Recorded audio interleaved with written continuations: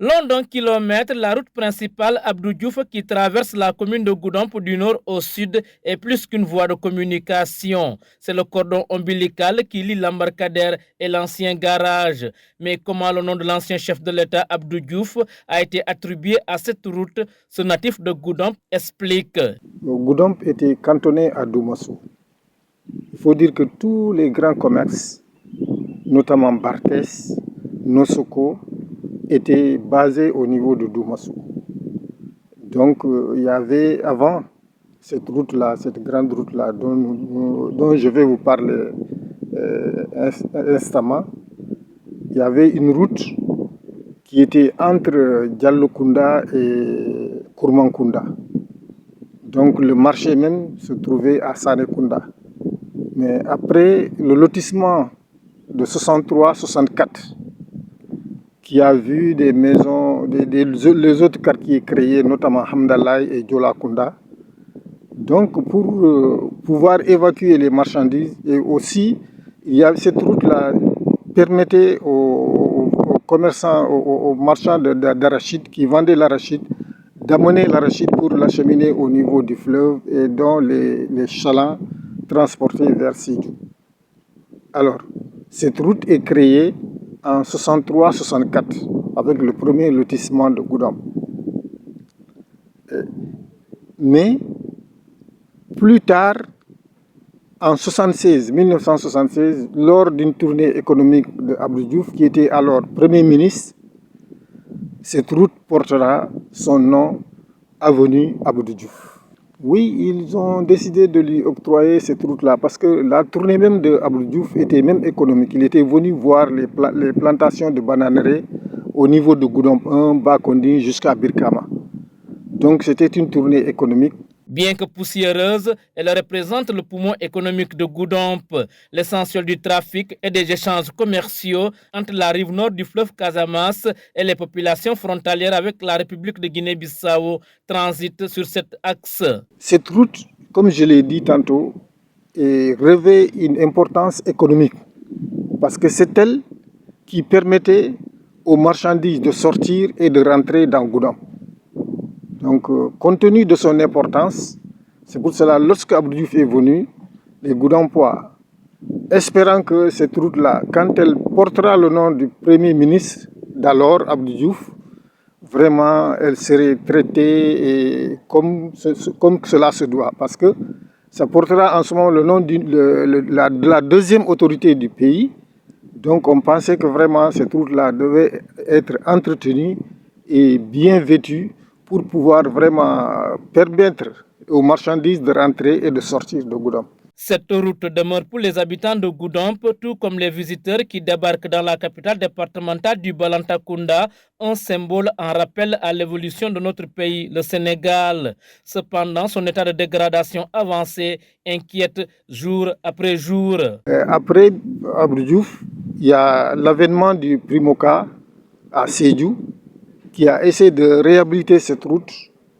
Je crois que c'est dans les années 81 comme ça. Je ne sais pas exactement la date, mais c'est dans les années 80 que le Primoca va entamer la réhabilitation de cette route-là en y mettant des ponts et en mettant aussi de la latérite. Nous connaissons Goudomp, c'est du sud au nord, il y a une pente. Donc les ruissellements sont forts. Ce qui fait que cette route-là, surtout vers le fleuve, cette route souvent est coupée, complètement coupée avec des nids de poules, et des crevasses un peu partout. Il est même difficile de la pratiquer pendant l'hivernage. Considéré comme un patrimoine, tous les Goudompois sont unanimes qu'il faut un programme d'urgence pour sa réhabilitation, conformément aux exigences des temps modernes. Cette route-là a vraiment besoin d'être réhabilitée complètement pour que vraiment ça puisse continuer à jouer son rôle de route principale, de route économique capitale. Parce qu'elle permettait même aussi aux pêcheurs d'évacuer leurs poissons, leurs prises vers Ziguinchor.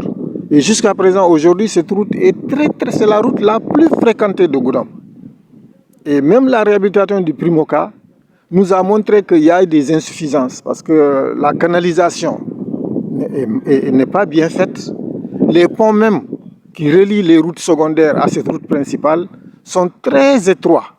Ce qui veut dire que les gros porteurs ont du mal à pouvoir se skier.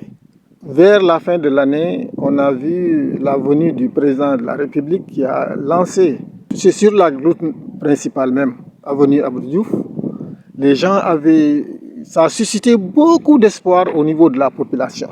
Tout le monde disait que vraiment, si Goudomp arrive à bénéficier Promoville, ça va être formidable. Parce que Goudomp est la capitale départementale du Balantacounda.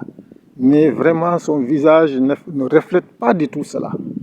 Alors, l'appel que je puisse lancer aux nouvelles autorités, c'est vraiment de réaliser ce rêve des Goudompois. Parce que nous espérons que vraiment notre appel sera entendu et que actuellement le président Bassirou Diomaye Faye a eu à passer des nuits à Goudomp ici et Ousmane Sonko aussi a eu à faire des campagnes ici. Il a été bien accueilli et pour le moment ça commence bien parce qu'on a eu un fils de Goudomp qui est nominé ministre de la fonction publique. Donc, on pense que nous demandons aux autorités vraiment de penser à Goudomp pour que vraiment la question de la voirie soit un vieux souvenir. En vérité, la voirie n'est pas au meilleur de sa forme à l'intérieur du périmètre communal de Goudomp. En dépit de l'état chaotique de la route principale Abdou Diouf, les voies secondaires ont besoin d'un coup de pioche, même si certaines ont été réhabilitées sous les magistères des différents maires qui se sont jusque-là succédés au fauteuil municipal. Le problème principal de Goudomp, c'est la voirie. Aujourd'hui, un maire qui va régler cette question lancinante et épineuse même de la voirie, vraiment va régler tous les problèmes de Goudomp. Parce qu'en période hivernale, il est très difficile de circuler dans Goudomp. Même les routes secondaires sont toutes crevassées. Et même on n'arrive pas, quelqu'un n'ose pas acheter un taxi parce que sinon ça va s'abîmer rapidement. En tant que chef-lieu de département, Goudomp n'a aucune route praticable, une situation qui handicape sérieusement la circulation des personnes et de leurs biens, surtout pendant la saison des pluies. Pour ses habitants, les nouvelles autorités doivent corriger ce qu'ils considèrent d'inéquité territoriale pour améliorer leurs conditions de déplacement.